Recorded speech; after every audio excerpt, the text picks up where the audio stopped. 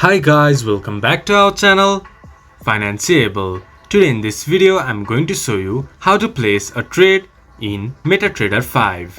To do so, follow some simple steps with me. First of all, open your MetaTrader application.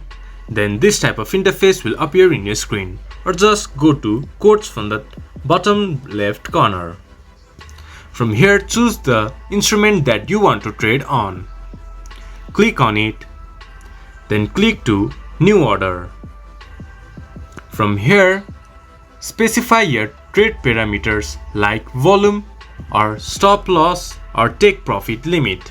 Then also choose your order type like market order or pending order. Then click to buy or sell to place your trade. This is how you can place trade in MetaTrader 5. This much for today's video. If you guys find our video helpful, please leave a like and comment. And do not forget to subscribe our channel and hit the bell icon. I'll see you guys again in our next video. Thank you for watching.